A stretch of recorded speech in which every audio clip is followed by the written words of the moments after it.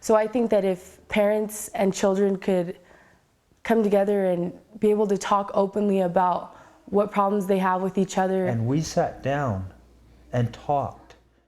Whenever there are two or more members of a family together and a discussion is going on, that is a council.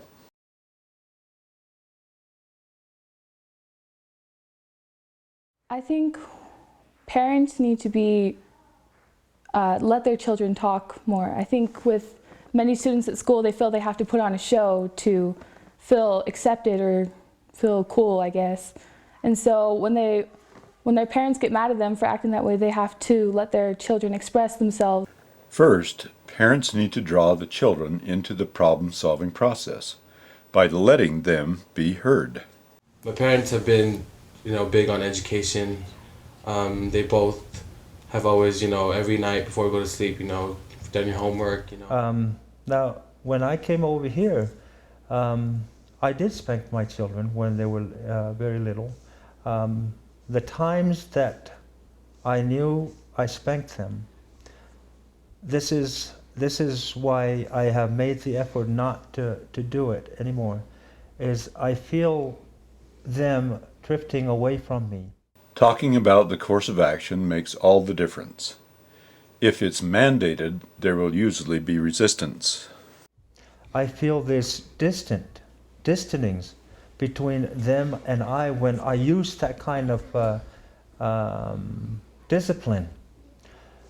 Now, take that and compare to the times when they didn't listen or the times that they didn't do the right thing and we sat down and talked.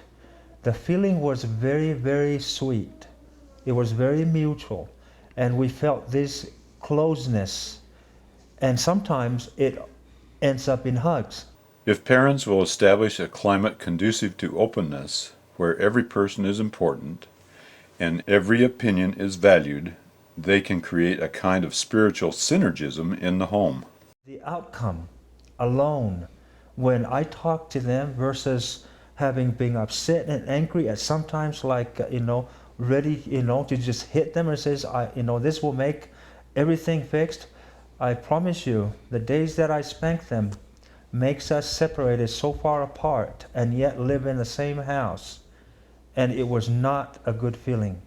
The days that we sat down and we reason and we make plans to make corrections, to make better choices, have been very, very pleasant.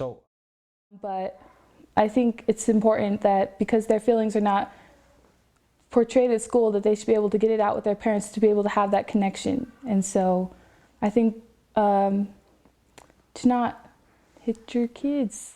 The more fluid, the more non-threatening, the more natural a family council is, the more effective it is.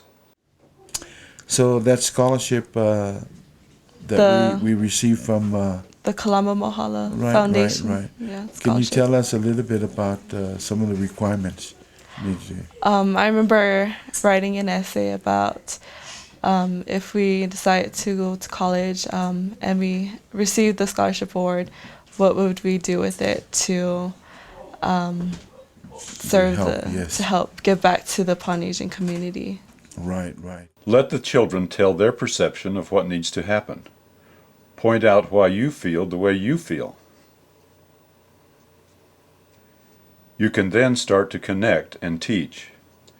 But the exchange can't be phony or staged. Communication has to be candid. My mother found my report card and it was I think it was all F's and a D. And my dad took me into a room and he just started crying. And usually he just would he'd just yell at me and I'd feel bad about it, but when he started crying, then I felt that I was actually able to see how my actions were hurting my parents, and I didn't want to, I'd seen what I had become by my choices that I made, and I didn't want to be that person anymore, and I wanted to make a change. I think a mother is probably the key to making councils work. She is often more sensitive and gentle than her husband. Every culture is similar, but they're different. And how do you then modify your behavior if you raised your kids in an island style and we're in America now? How do you then modify your behavior because you really don't know any other behavior? And I think what you need to do is there are so many resources that I have learned about. When your kid says to you, you know, in Polynesia, you don't talk back to your parents. You know your place and you keep your mouth shut. Your opinion is given to you. You agree, and then you move forward. And if you don't agree with it, then that's remedied immediately. Here, it's not like that. And so I think that a way of modification is remove yourself from the situation. If you know as a parent that you are emotionally over it, you are over their behavior, you're tired of it, you're done, walk away.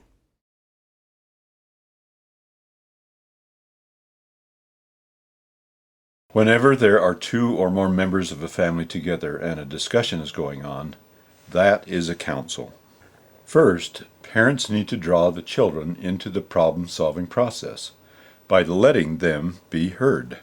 Talking about the course of action makes all the difference. If it's mandated, there will usually be resistance. If parents will establish a climate conducive to openness, where every person is important and every opinion is valued, they can create a kind of spiritual synergism in the home. The more fluid, the more non-threatening, the more natural a family council is, the more effective it is. Let the children tell their perception of what needs to happen. Point out why you feel the way you feel. You can then start to connect and teach. But the exchange can't be phony or staged. Communication has to be candid. I think a mother is probably the key to making councils work. She is often more sensitive and gentle than her husband.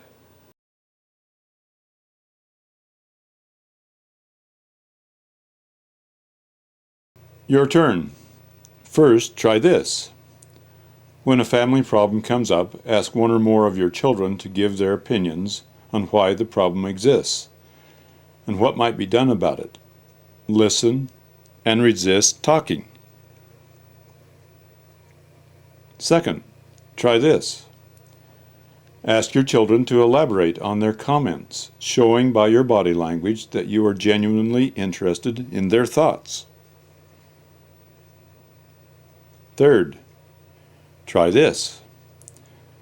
After your children have been given a generous opportunity to express themselves, give your opinion with an effort to find common ground and a solution that makes sense to all concerned.